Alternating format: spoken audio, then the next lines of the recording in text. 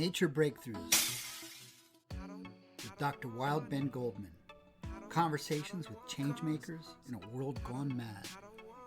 To discover what you need for personal, organizational, and societal change, get your free download of 3 ancient rituals smart entrepreneurs use to bounce back from shifts in the market and inside themselves. Go to www.naturebreakthroughs.com. Yes, you pull them till they bite down. On the lies that you built from my doubt. I don't want money, I don't want cars, I just want to be free. Well, welcome, Abraham McCauley, to Nature Breakthroughs, conversation with change makers in a world gone mad. I like your story because when I talk about change, and I kind of call myself an expert of change on 3 levels: personal, organizational, and societal. And you got an interesting story on all 3. And I kind of talk about all 3 aspects, which is, well, we met because you did something that the startup guru Steve Blank calls getting out of the building. You've heard that phrase? I read the book, and that's exactly how we met. Yeah. Yeah, and you contacted me as a potential customer of your products, and you got out of the building to find out what a customer might think, and then you sent me some videos about your involvement in micro adventures, where I heard the story that you kind of hit a rock bottom phase in your life on a turnaround or change things up. And then, of course, you entered the world of startups. And so after that kind of personal change, you went into the whole world of the kind of constant iteration and pivoting. I'm sure that you have to do at startups. So I want to talk about those things. And then the thing I'd like to talk about is the societal change, where we're going to talk about bees, because you're the co-founder, right? And CEO? Yeah, no, I'm the co-founder and COO. We have our CEO and the inventor of the technology. Right, founder and COO of beemunity.co. And so I want to talk about bees and how bees are going to save the world, maybe, or how the company might play a role in that. So can we start with the personal? Like, how did you start this adventure, and what was the kind of, what happened that you... Exactly. But yeah, no, Ben, thanks for having me. Our conversation was good, so we needed to follow up with this. But yeah, you're right. I think there was a significant personal change. It has everything to do with nature. So how the story goes is, so I was at university, and then I was in a relationship. Where are you calling from, first of all? So at the moment, I'm in London. I'm a bit all over the place. The start of the year with the immunity, I was in New York, and then now I'm back in London, and then I'm probably going to make a change in September. But it's exciting at this stage of life. I'm happy to kind of move about. And you're from London? That's what the accent is, a London accent? No. I'm from Ireland originally. Yeah, the place just outside Belfast. A place called Downpatrick, where the bones of St. Patrick are buried. So I'm used to country living. I'm used to kind of having plenty of space, being outside. So being in London is kind of that juxtaposition. No wonder you're such a good storyteller. You're an Irishman. That's it. But yeah, I was in university, and then I managed to get a job working for JP Morgan Chase. So that was the culmination of my 14 years of schooling, get a good job, or after university, get a good job. So I did. I went down to London, and I was working there, and I had a girlfriend from university, and she wasn't in London. But long story short, that relationship broke up. And whenever you're in the tumultuous place of you've just broken up with someone, you feel quite bad. It's hard to think straight. There's quite a physical reaction to that. And so, as you rightly said, I was probably in rock bottom at that place. Well, at that time. It begins with a heartbreak. It begins. all good things. A broken heart is a hard thing to have, but it's a good thing to have. But my friend James, who, well, he'll come up in the story later. He's actually the co-founder of this venture that we're doing. He went through a similar thing. So we were both sitting there, and I think we met up one Sunday, both sitting there heartbroken, kind of just, things are, oh my God, just dejected. We were thinking about what can we do to just have some fun or do something. And I had heard of this podcast. There was a guy called Alistair Humphreys. So he's the guy who kind of came up with the concept of micro adventures. And I heard him on a podcast, and he was talking about, there's this idea where you go out during the week, you go out after you finish your job at 5, you go and take a commuter train, sleep on a hill, have a campfire, jump in a river, come back the next morning, back at your desk at 9, and that means you've had this amazing adventure and you haven't had to do anything with work. So I said this to James. He's like, "Oh yeah, that sounds good. That'll be fun. We'll do something crazy." And then came around to the point where we're supposed to do it. Sleep deprivation as a medicine. I tell you, the payoffs are pretty amazing. But we thought about doing it one night, and we looked up on Google where to go, and we had it all planned. But I remember coming up to the night of before, and James and I are quite stubborn, so we were both stubborn to not let the other one get away with not doing this thing. So anyway, we went into work the next day. 5 o'clock came around. We kind of planned where we're going to meet up, and we just went. We went on this adventure, and we went out to beside the seaside. Got off the train, didn't know where we were. Started to experience these new places. Things went really slow because you're always observing. Anyway, we went up to where we're going to camp that night. Had a bit of a fire and some food, and went to sleep. And as you rightly said, the sleep was terrible. The next morning, I woke up and had this crazy sunset, and you're like, "Oh my God, this is pretty decent." And then I'm on my way back into work the next day, and I'm the only one smiling on the commuter train. I've had this pretty surreal experience where I'm sleeping. I haven't had to take any time off work. I'm going back to work. Nothing's been disrupted, but I'm happy, and I kind of had this joy inside me. So that was the first kind of time we did a micro adventure. And basically what we learned from that is these things are fun. And next time bring a mat to sleep on because it's a lot more comfortable. But in the end, I did like 18 of these. I remember feeling a lot of peace and kind of perspective after just being in nature. And those worries and a lot of the thoughts that were in my head and ways of behaviors that I was in, just kind of, they were halted, and I was able to think a bit more clear about the worries that we had. So there's a few lessons I kind of got from that, and they've helped me throughout the next journey that I've been doing. And one of them is a lot of your worries that you have never really kind of happen. Seneca, the Stoic philosopher, he said, we suffer more in our imagination than we ever do in reality. So for James and I, we were making up excuses to not do this thing. Like we were saying, oh, it's going to rain tomorrow, or there might be a deer that'll eat our leg off in the middle of the night, or what about this happens, or what about that happens? And you know, we called ourselves out and said, look, we're just going to have to do it, and we did it, and it was phenomenal. Yeah, so we've done 3 or 4, or no, sorry, as I said, I did 18, and I remember I prescribed myself these micro adventures because every time I did it, it was just, oh my God, I feel so, I don't, clear thinking. I had perspective. I didn't have any sleep. My energy was low, but I was just happy. And that was very encouraging.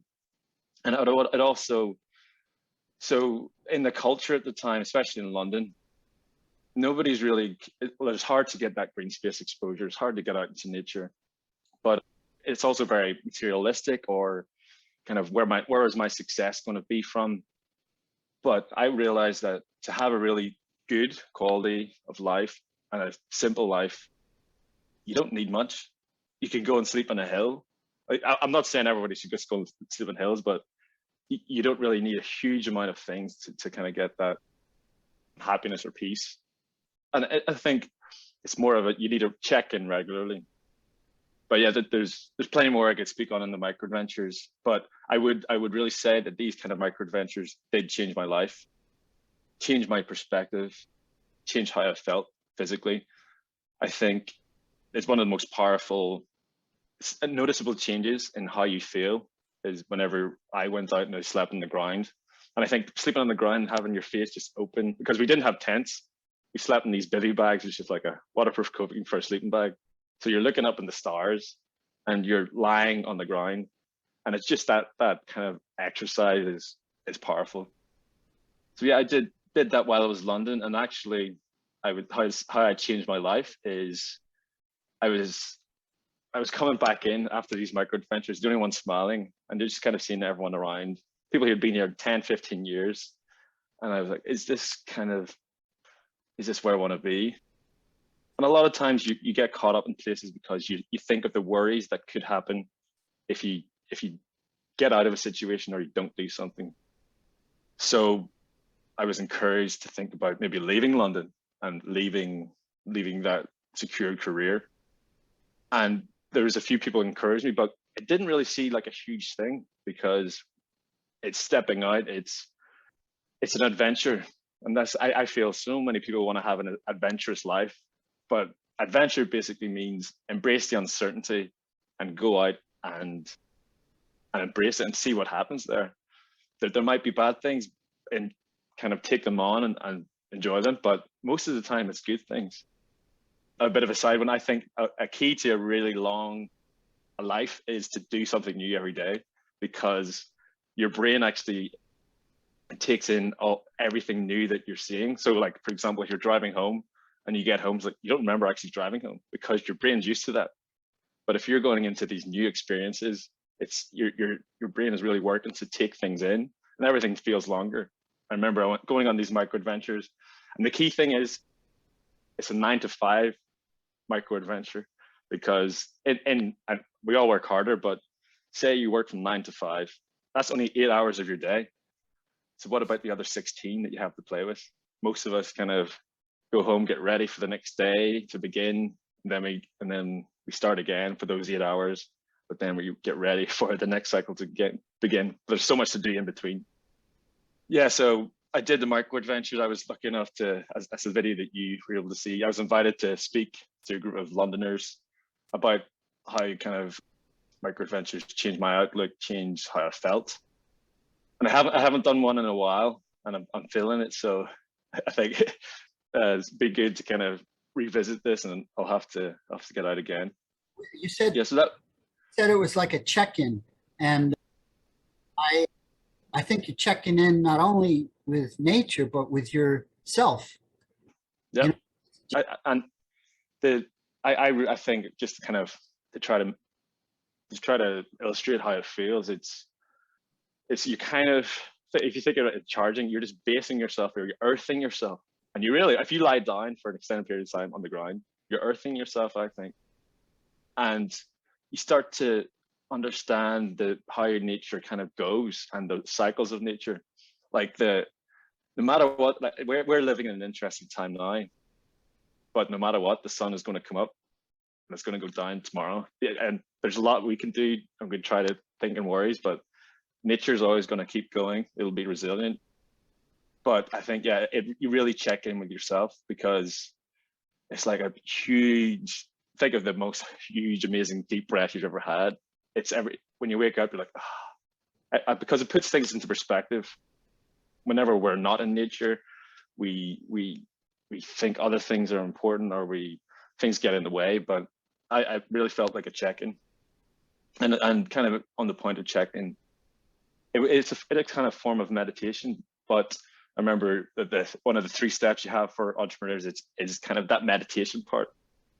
And I was thinking today when I read that, it was kind of similar to me, who was out of a transitional period, trying to build a relationship, trying to build a life, and relationships that didn't really work out.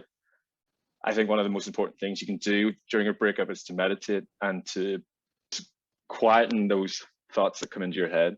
But I think the big part, Ben, of what we're saying is being out in nature, those worries or thoughts that you have, they suddenly kind of just, they get put in their place, and you're able to feel a bit more clarity.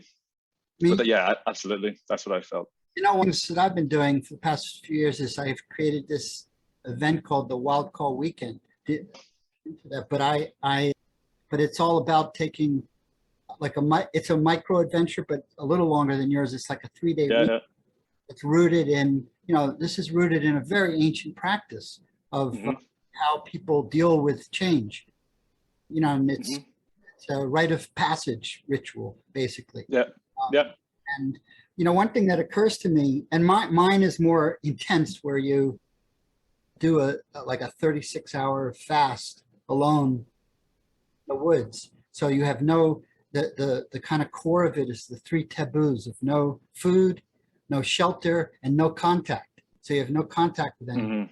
Like a deep check-in with yourself and with nature. And like you say, when most people come on these things in advance, they have a million fears of like animals and nature and bugs and like rain. And then what it turns out, at least in my experience with everyone that's come through, is that the most kind of difficult part of it is just being with yourself and not being distracted by other people's information and another thing that occurred to me about this was a big modern, probably the biggest kind of modern revitalization of these ancient practices comes from, I believe, England, in the form of Outward Bound, which I assume you've heard of, right? I don't know. I haven't really heard of those guys. Outward Bound is like a program that is for youth, but also for adults. But yes, no, I think I've heard of them too. I think it was developed after World War One, and it was very like nautical in origin. I think it was developed by I'm not sure of all the details, but it had a kind of military nautical origin, and it was like a training. It was kind of a boot camp, but it was a boot camp in nature. So there's a big like British tradition of doing this, going into nature, and those are usually done in groups. The aloneness. Well, there is I think a core part of it all along has been I don't remember what they called it, but there is an alone time in the wilderness. There's a kind of training, and then there's an alone time, and there's this aspect to it. At least in America, I don't know if it's true in England, where there's a lot of people in the kind of prepper community where there's a kind of survivalist aspect to this. But again, like with mine, that's what everybody's thinking, that they have to survive. There's a survival mentality that the challenge is going to be the survival and like getting food, getting fire, all that stuff. And like with mine, you're definitely not allowed to make a fire and in the woods, because who knows, people don't know. I mean, I don't know what can happen, but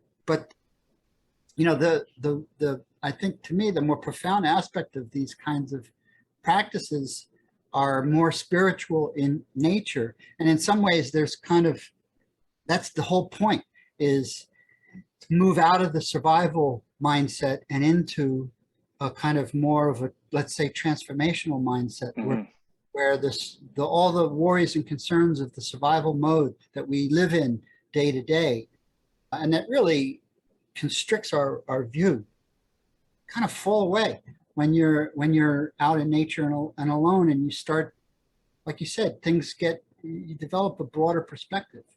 Yeah, and I think you're right. Going back into the check-in thing, whenever you're in that nature, when you're out in nature and you're doing that more survival thing where it's not happy comforts, you're not in your RV. One way that I started looking at it was it's the check-in. It's kind of, okay, you go and do these, like for my case, it was a micro adventure, but in your case, and I'd love to do one like that. It's a bit more, I probably have to build myself up to, but you're going and you're checking in and you're surviving for this amount of time. Like 36 hours, it's not a huge amount of time. It feels long during it, but you're surviving. And I think after that, you're like, the realization is I survived and I had fun and there was joy. So it's kind of going down to the simplistic, basic things. Like if you think about the concept of holidays, they were, a lot of them were designed that you go and this is a day you do nothing. this is a day where you fast or you kind of check in. Yeah. And if it was good enough for all those people over 1,000 years, I think it might be good for us. But it's to check in, and I think that's a way. It's a path to a life well lived when you're doing these check-ins. So you're simplifying everything. You're cutting out a lot of indulgence or a lot of kind of comfort to then appreciate that comfort and those things that you have. Like it's the origin of first world problems.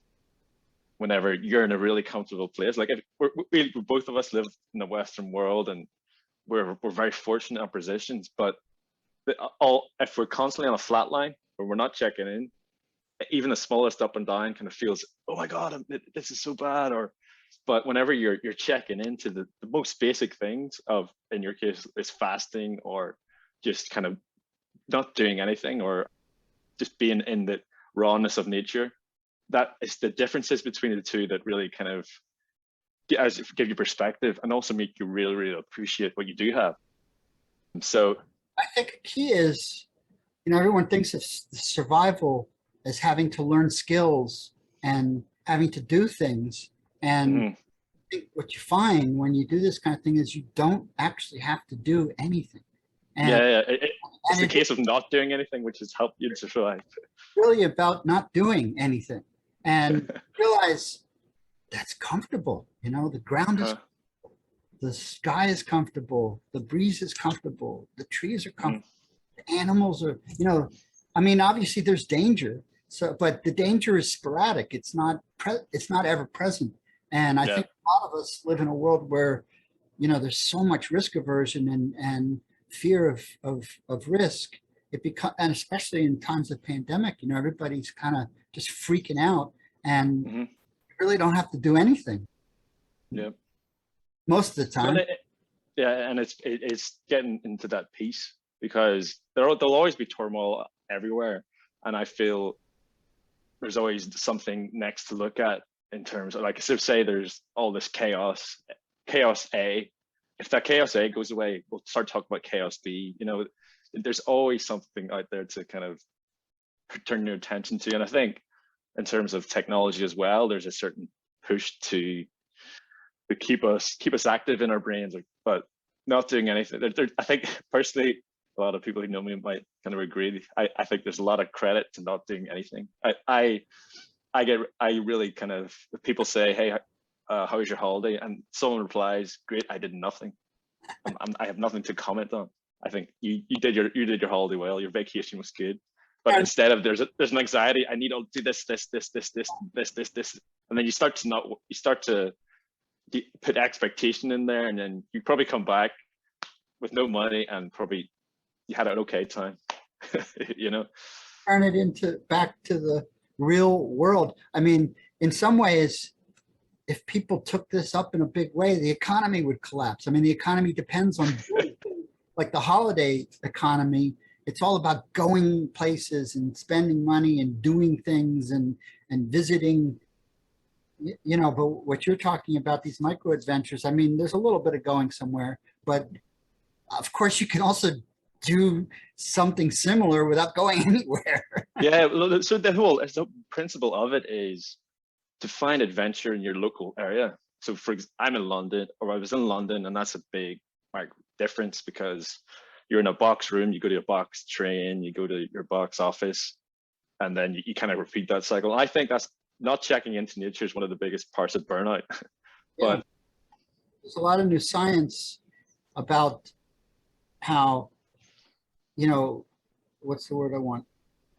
It's not intuitive, but there's so much kinesthetic learning that we do that's just in our head, and that requires motion and gesture and verbalization and these living and working seated in boxes without moving. The whole educational system is like trying to train us, not to sit in one place and to not fidget.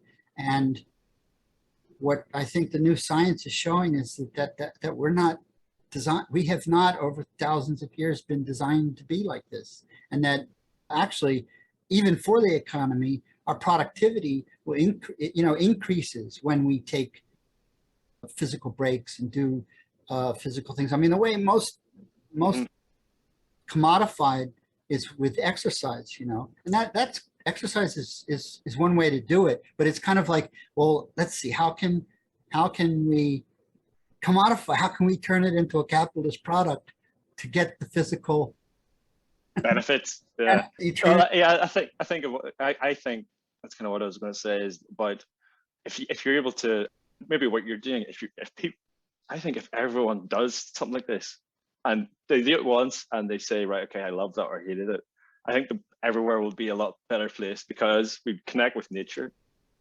Like a big part of what I'm doing now is because I took that first step of a micro adventure. People would take more calculated risks. They'd worry less. They worried less about money. They wouldn't spend as much on superfluous things. We'd probably care a lot more about the environment. I think things would be a lot better if people cared more about nature or also had the opportunity to be in nature. Not everyone has that, but things are on our doorstep, You quit investment banking. Yeah, so I quit a big promising career at JP Morgan, and for me that wasn't hard because all the excuses that were coming up was because, why are you leaving a great job? Like, are you worried you're not going to have a good future? Like, London's a great place to be. Why are you leaving? It's going to be terrible if you don't. Those are all excuses that we can limit ourselves. So I said, well, why are you leaving JP Morgan? Because there's a lot more in the world out there. Why are you leaving London? Because there's a high quality of life outside of this place. And I wasn't worried. I was able to explore. Maybe I think looking back, I'm glad I was a bit out of my mind because I did it, but it was an interesting move, but you probably wouldn't have done it without the heartbreak. I probably wouldn't have. Yep. There's a lot of things in my life that kind of I've been going down certain paths and certain things have happened, but I have learned a lot from them, and they were painful, difficult, but to say they wouldn't happen, I would find it difficult to say I wish that didn't happen, because there've been huge things that have happened from that. And I think the running theme is the uncertainty comes up again, because if you leave a company like that or leave a friend group from where you are, there's uncertainty into the next step, which kind of brings us beyond what I'm doing today. So I plunged into the uncertainty. What was it? I think there was a couple of parts. I wasn't talking about the specific place I was at. Although I was doing these micro adventures to check in, it was still London's a hard place to live. There's a lot of, you're working hard, maybe you're socializing quite a lot, and it can drain you down. I didn't see a lot of impact vision in terms of what I was working at. So I wanted to get out of London, and I just said, I'm going to leave. I'm going to do anything. I was blessed that I was able to work remotely for a bit, but then I said, look, I need to kind of move on from that. So I quit and enter Stage Right. The guy I did these first micro adventures with, James Webb. So he messaged me one day and he said, hey, I've been in Cornell and I've been working on this product. So long story short is he was at Cornell University and he was doing a class project. One of those ones where you say, like, if you could do anything and change anything, what would you do? And he thought about, the bees are a big problem. And has anyone actually thought about cleaning them? So he went away and read a few papers and came up with an idea. A professor sponsored him to do it, and he did it, and he created this technology, if we could talk about later. And he wanted to make a company out of it. So he messaged me and said, hey, and he'd been a big support whenever I was going through this, leaving JP Morgan and the big corporate life. He said he's a lot more crazy than I am, although he would say the different to me. But he said, yeah, dude, like, life's a bit too short, so I did it. But he sent me this video, which was showing the outline of kind of what his product was, or what the company would be. And I said, have you got a pitch deck? So my niche that I had carved for myself in JP Morgan was making pitch decks, which are basically storytelling cards. So I was really good with graphics and kind of getting the story correct. So I helped him do that. And then we went and we pitched to our first investors. I didn't really know what VC was about or what investment was. So we pitched to them. he did all the sciencey part. I made them laugh at the right moments, and lo and behold, they said yes. We'll take you on. We'll give you you're now part of our accelerator. So that accelerator is called Indie Bio, and that was based in New York. So from one day, I had left a company that was very secure, and I was insecure, and then I was in an opportunity to actually capitalize on this venture. And to me, it didn't really seem risky, because James and I had formed this relationship of we do risky things together, and they usually work. We have a lot of joy with it, so I wasn't scared to kind of jump in. So that's kind of what we're doing now. Put that in the past tense. You weren't or you aren't. I wasn't then. Maybe I am now. No, but I think it's like that's another check-in, because we could talk about it a bit more. But it was only in February 21 that we kind of started this venture. It's now we're in August, and we're still there's still a lot of work to do. There's a lot of learnings that we've come across. There's a lot of assumptions that we made early on that haven't really came out, but we're still pressing on.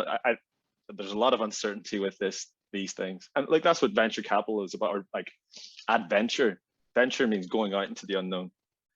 Like going to an adventure park is cool, but it's not really adventure. But you kind of need to go on these ventures, and I would say what we're doing now is definitely adventure. We don't know if it's going to work, but we're going to give it a good go. So it starts with the idea of cleaning bees. So tell us a little bit about the technology and yeah. So the company is called Beemunity. So a bee and immunity. And James kind of through his research realized a big problem is pesticides and bees. So pesticides, among other things, of course, they have a huge impact on bees in general. So the technology that we're currently using, and this is a second iteration. So an important point, the first iteration that James worked on in the lab was recently published in the Journal for Nature Food. So it was a pretty significant peer-reviewed article. But that was only for one type of pesticide that we could kind of extract from bees. But the technology that we're using now is it's basically a micro sponge that can be taken in as a feed for the bees, and they can either drink it or eat it through the pollen, and it goes into their their gut.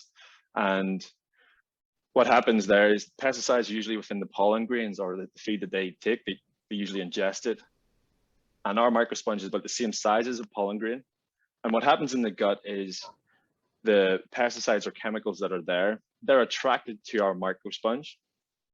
And that's through specific receptors that mimic kind of insect cells. So pesticides are designed to go to these receptors, bind strong, and kind of not unbind. So we're kind of putting the decoy into the gut, and the pesticides are attracted to the microsponge, and the microsponge will then sequester them into an oil core. And after that fact, the bee will put it out in the stool. So basically, although the bee had been in contact with pesticides, through using our treatment, the pesticides basically remain ineffective or inactive, and they're passed through the gut. So it could be thought of like an antidote to the pesticides. I haven't asked you this before, but can this be used on humans? So I think we've been having a lot of blue sky thinking, but who knows? We've only kind of been doing it for 3 or 4 months at the moment. There is a lot of, say, if we wanted to do it with humans, there's a huge amount of work to be done. And who's to say it can't be done? But the mechanisms, absolutely, they would work within a human body. With a lot of testing to be done. I mean, I may be wrong about this, but pesticides are usually are they mostly like volatile hydrocarbons or something like that? And different types of pesticides, but not all of them.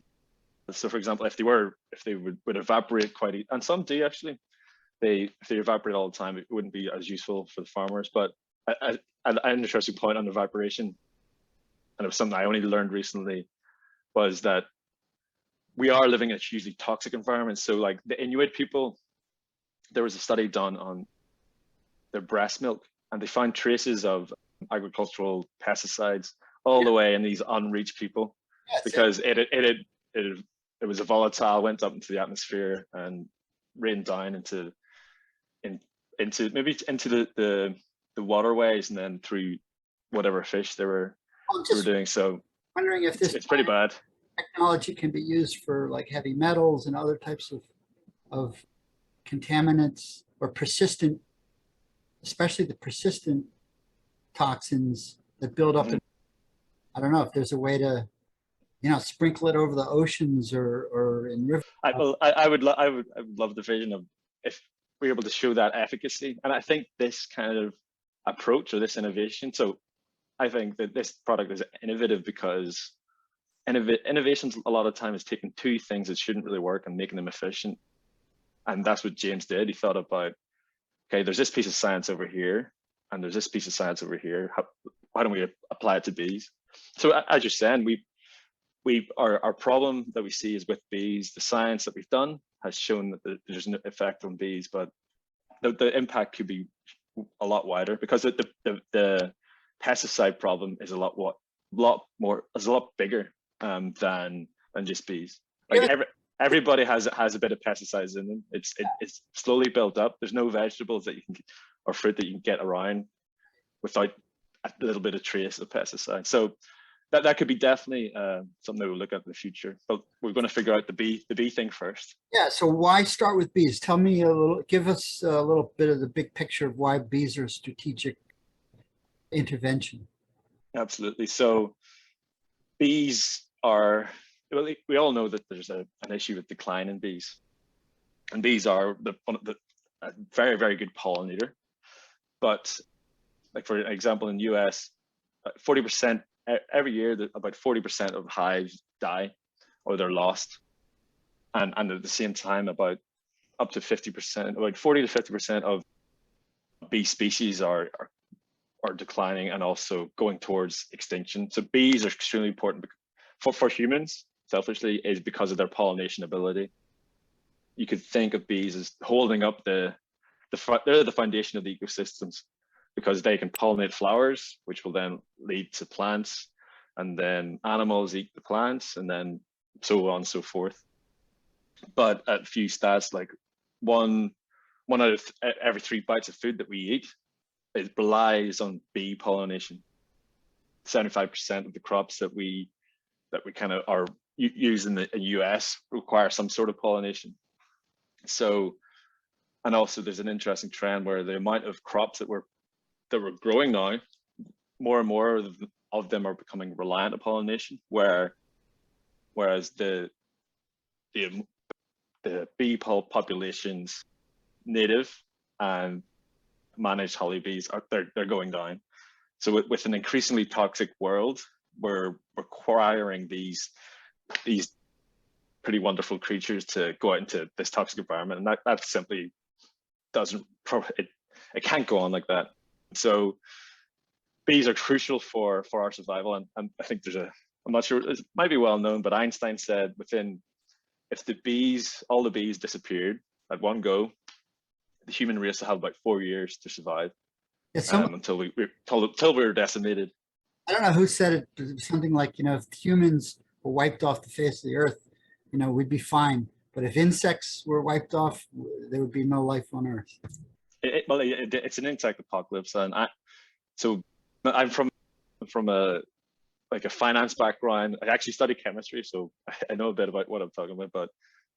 And also I love nature, but learning, this whole journey has been a huge learning experience, and there's a lot going on. Like there is a huge insect decline. I know I was speaking to someone today, so it was another customer discovery call, but he was talking about a despair that he felt when he went up to somewhere where he had been as a child in the west coast of Ireland, and he remembered getting plagued with all these insects, like, batting them away. Oh no, don't like that. Yeah. But we went up there again. It's like, why am I not getting plagued with these insects? They call it the great thinning. You heard the great thinning, and kind of, yeah. And if you look at your cars nowadays, there's not a huge amount of insects around. So I personally believe that we're making a toxic environment. Like how a lot of this stuff started was after the World Wars, when DDT or these really innovative chemicals were put out into the world, and they're persistent. They don't go away, and they're everywhere. They're in waterways. They have an effect. They have a huge effect on the insects. Yeah, the modern environmental movement kind of started with that, with Rachel Carson and the Silent Spring, and the Silent Spring, and it's interesting. Silent Spring, the metaphor, or it's not a metaphor, but is it the birds eat the insects, so the violence is because the birds are killed, and there's no bird song. And so we're just thinking about bees, and we're just thinking about the insects, but it's everything else. Like, but birds are a huge part. Birds have an economic value to countries, and birds are also pollinators. So we're focusing on bees at the moment.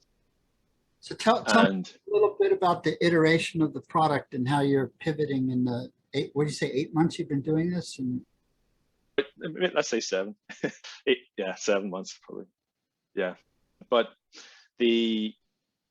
so originally we went in with this idea that, okay, the commercial pollination space in the US, they need help, because they're like 40% of all our hives are lost every year.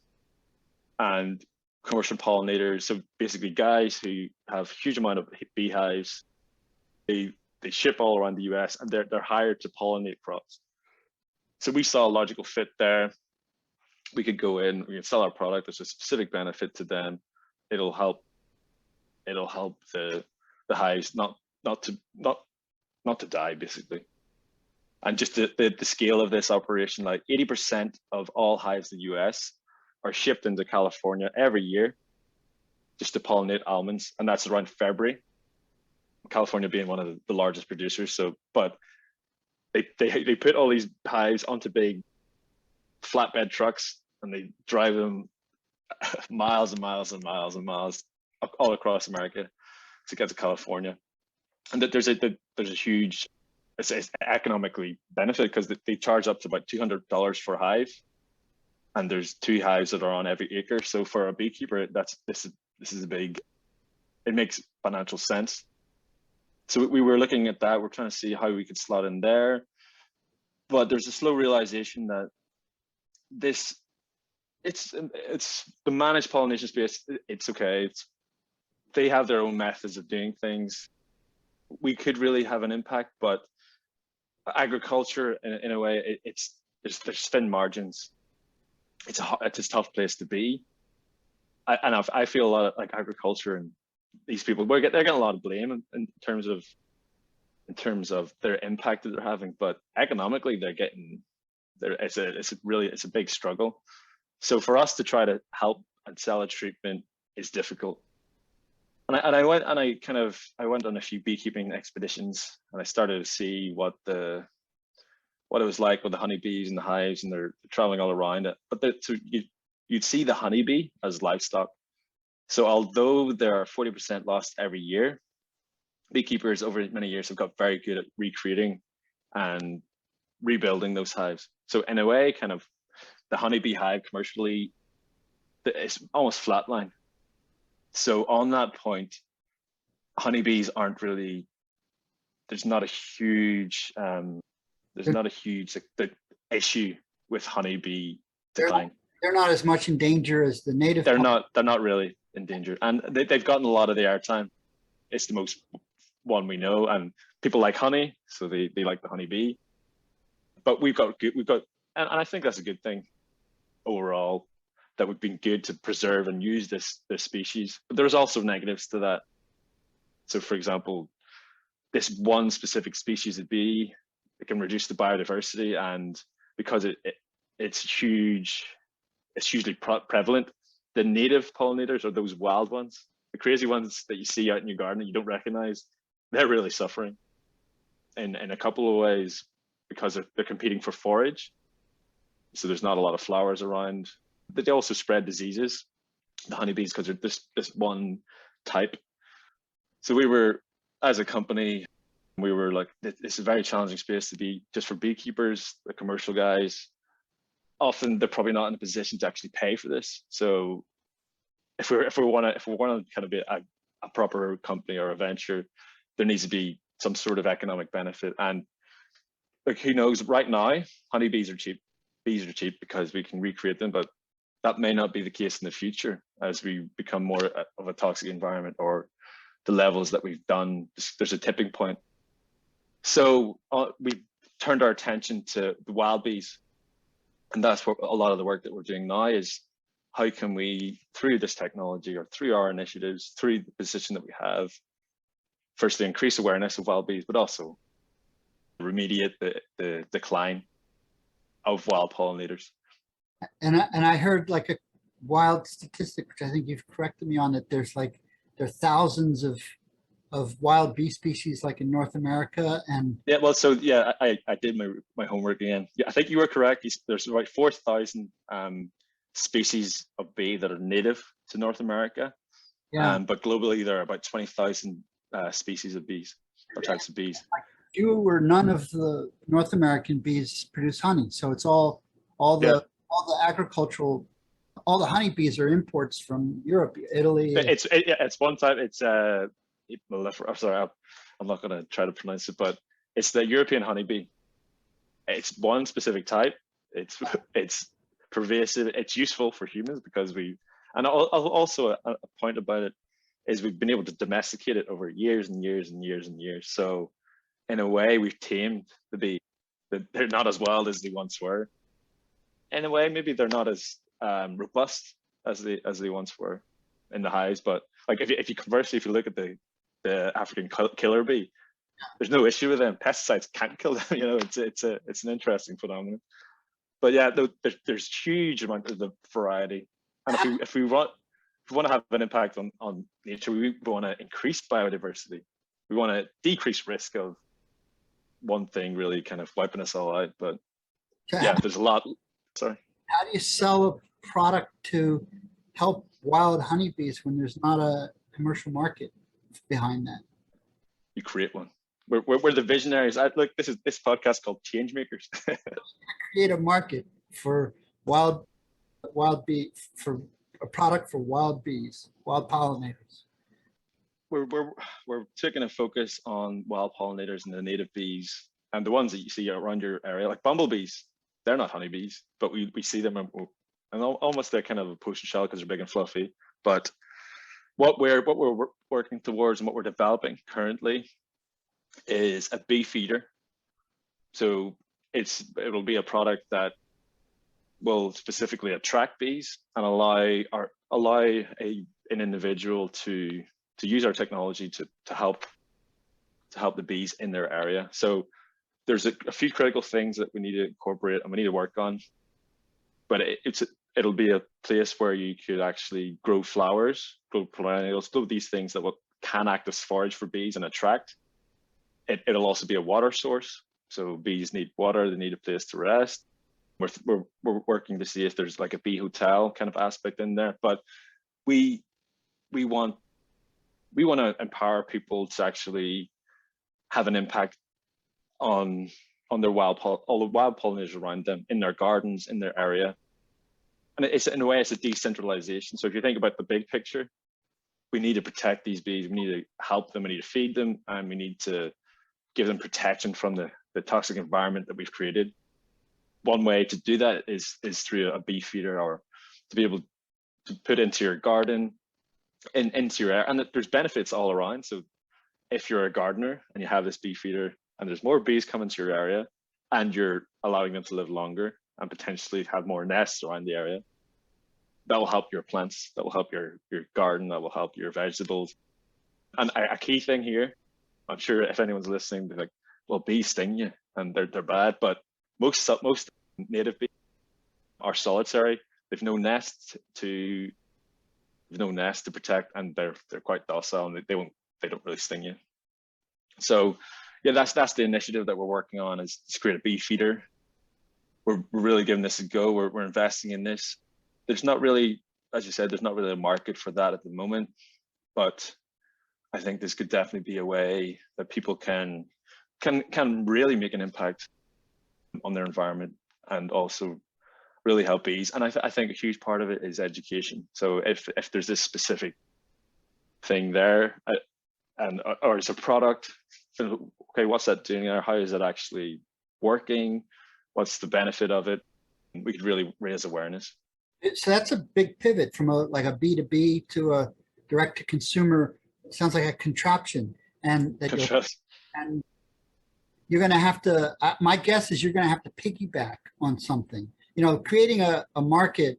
I've done this in my entrepreneurial ventures. Not easy.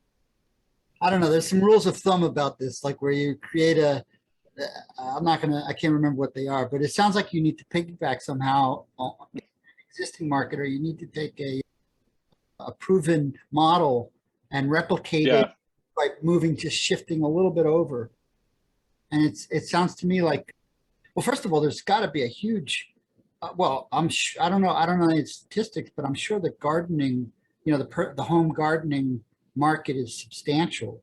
And it is. It's pretty big. So, well, one in terms of market or how we had looked at this is, if you think of bird feeders.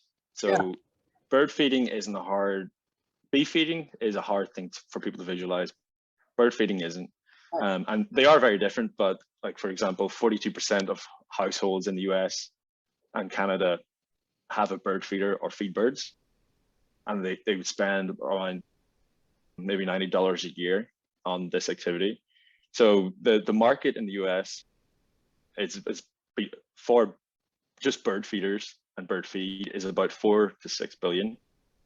But the gardening, all gardening surfaces, I think if you Google, it's about 60 billion. Is there a way to incorporate this into a bird feeder, like a bird bee feeder, or you'd want the birds and the bees? Is that what you're talking about? Yeah, I think there definitely will be. We are early in our kind of prototyping stages. We're trying to make. We'll concentrate on the bee feeder and concentrate on how it impacts bees. But I think the pesticides do impact birds as well. I'm trying to figure out, is there a way we can do it for birds? But I do think there is a way to incorporate for bees. There may be an issue if you have a bird and a bee and a bird feeder. Whenever the bees come to feed, the birds feed on the bees. So, but might be kind of ways to work around that. But I'm in terms of piggyback and understanding where the market is, I think there's a big changes coming up, or we're experiencing, or we're going through a big change in how people behave, or where they put resources. There's a zeitgeist in the world, and throughout age groups and generations we feel a bit powerless to the environmental issue. Like for yourself, you've been doing this a lot longer than most people, and you've dedicated a large part of your life to it, I'm sure. We all feel that we have some sort of duty to do, or we feel a little bit of despair about what's really happening with the world. And there's not a lot of good news, and it's hard to see what we can do.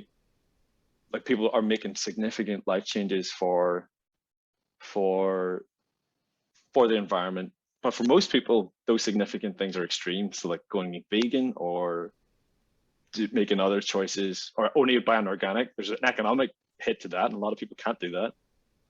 So through kind of a bee feeder product, we are allowing people to connect with nature. We're allowing people to have that impact, and we're allowing people to make a change.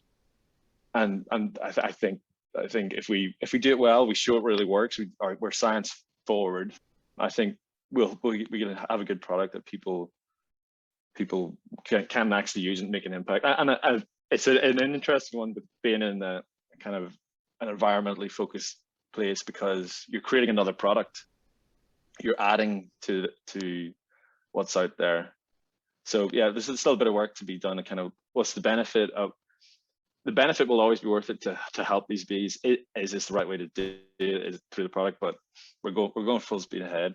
We're hoping that slowly but surely we can definitely grow the prominence of this. What's your timeline? Like, when do you think they'll be ready? You'll be ready ready to bring to market? Whenever the cows come home. So we're currently in the development stage. And so we did talk about the beekeeping space. We're still developing that. We are going into trials to see what the product's doing at high levels, and we're continuing to work on that. And we will have that line, but we see what we're doing as having a big impact. And so we're in the development stage, product development. That'll probably bring us into the new year, and then we'll get some testing. But I think by next summer or next spring/summer, whenever the bees are out in full force, we'll have something to offer people. You know, I just started beekeeping myself this year. Congratulations. I've learned a couple things. One is that the bees, my understanding is they don't forage within like 50 feet of the hive. So, so they, there's tons of flowers, for example, around where my hive is, but they don't touch the flowers nearby. They fly, and I don't know how far they fly, but I think there's up to like a 5K radius that they will 5K. That they will go. Well, don't quote me on that. But they fly quite far. I realized that just like a block away from me, there's this like abandoned field that's, I think, like a bit of a toxic waste dump. I'm not a dump, but I think it's got contamination. And I'm thinking, oh my God, I hope my bees don't forage there. And if they do, I need your product. I need like, well, that's true. We're still developing that for beekeepers as well. Like there's a big issue with spraying, and there's a few kind of apps out there to try to alleviate the fact that if your neighbor's spraying, what are you going to do with your own hive? Because it's hard to stop them going away. A lot of people close them up, but like what we could do with our product is you apply a patty, which will have our technology in it. Close your hive, they have something to eat on, and it's protecting them. And then once the spraying's done, they'll have this protection, and they can go out and it'll have a less of an impact. But yes, if you're beekeeping, most of the issues that are impacting your bees it's not because of you. And pesticides are everywhere. There's toxic waste everywhere. Like bleach is a pesticide, and we have a lot of pesticides everywhere. And although we might have think they just go away, they don't. They really build up. And you always hear, the best thing for like allergies and stuff is to eat the honey. But then, the more I've done this, I realize, I've learned that, especially if you're in an urban environment, there's no such thing as organic honey. I mean, the bees they eat everything. And candy. There was a recent story in Brooklyn, I think, where the hive was full of red, nasty tasting honey. They were like, where's this from? And I think it was like they were eating all the waste from a maraschino cherry factory. And they produced like a toxic, I don't know if it was toxic, but a nasty red honey. Something that's not natural. Yeah, something that's not natural. If you have bees in an urban environment, you're almost guaranteed it's gonna include all kinds of stuff. Yeah. We're testing to see what our product can do in terms of purifying honey or stopping the pesticides specifically, but other chemicals from kind of going in the cycle and to be stored as honey. We're doing tests on that. But yeah, I think what we're talking about there is there's a lot of unnatural things that come into play, and a lot of it's through human intervention. But like what our vision is, and going back to the start, is to let nature be nature.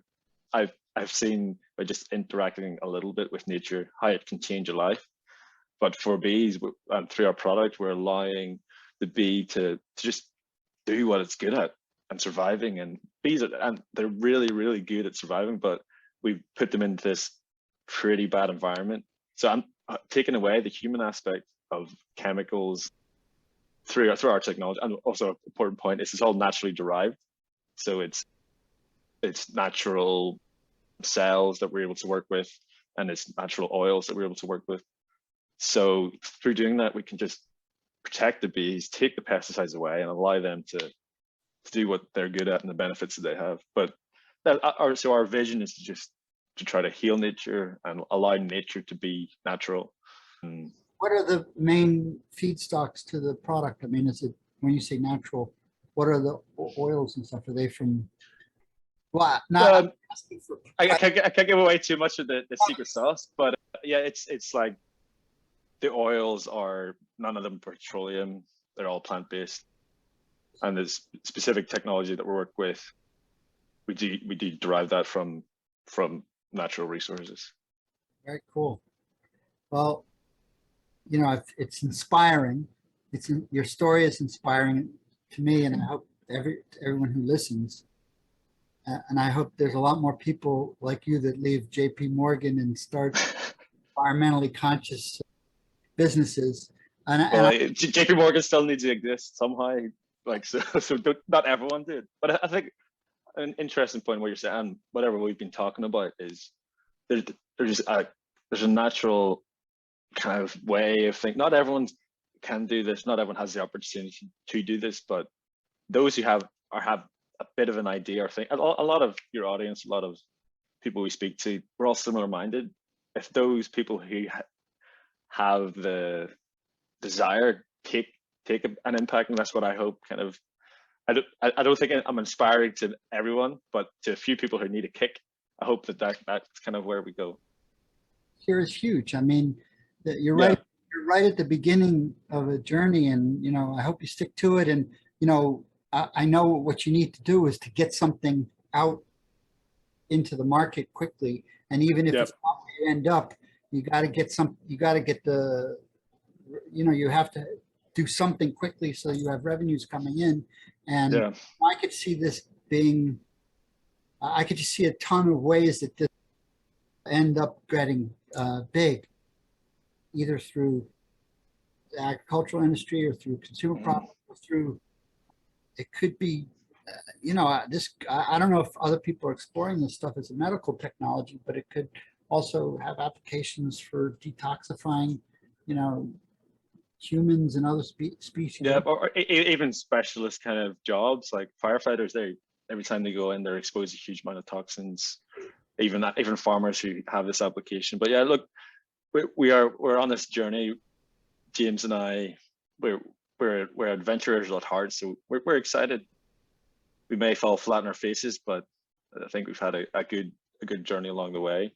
But we're ready to embrace this uncertainty, and if we want to make this change, is all about embracing uncertainty. If you knew what the change was going to be specifically, it'd be easy. You just go jump in. But when you're going through change, no one knows what it's going to look like. But I say I'm comfortable. We all have wobbles, we always, but I think there are certain things that I see as truths, and I always go back to. And nature and being in it and being around it and honoring it is definitely one of those. Well, you sound like a true adventurer and pioneer, Abraham. and people can find out more at beimmunity.co. And is there anything that you need from listeners? Well, yes. So you can find us at beimmunity.co, or if that's too difficult, type in wearebeimmunity.com with 2 M's. And go there, and there's a waiting list you can sign up for. But I'd love to speak to people, speak to whoever's out there personally, to hear what they have to say, to get their feedback on what we're doing, and just to kind of hear what people think about bees, what they think about ways the impact the environment could be, and or even how people can connect with nature more. Like if I wasn't doing this bee thing, I'd definitely be trying to get these micro adventures, or basically probably trying to do what you're doing in terms of there's a huge benefit to people being in this nature. How do we convince them to do that? Because I think it'll have a big impact on how people feel, depression, et cetera, et cetera. But yes, you can find us at beimmunity.co. You can also sign up to your newsletter. But I'd love to hear from people. You can email me directly at abraham@beimmunity.co. Feel free to share that. But I'd love to just speak to people. Great. Well, thank you so much.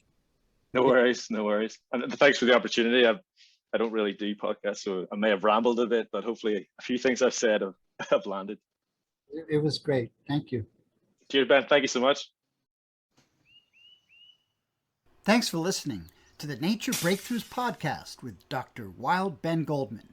To discover what you need for personal, organizational, and societal change, get your free download of 3 ancient rituals smart entrepreneurs use to bounce back from shifts in the market and inside themselves. Go to www.naturebreakthroughs.com.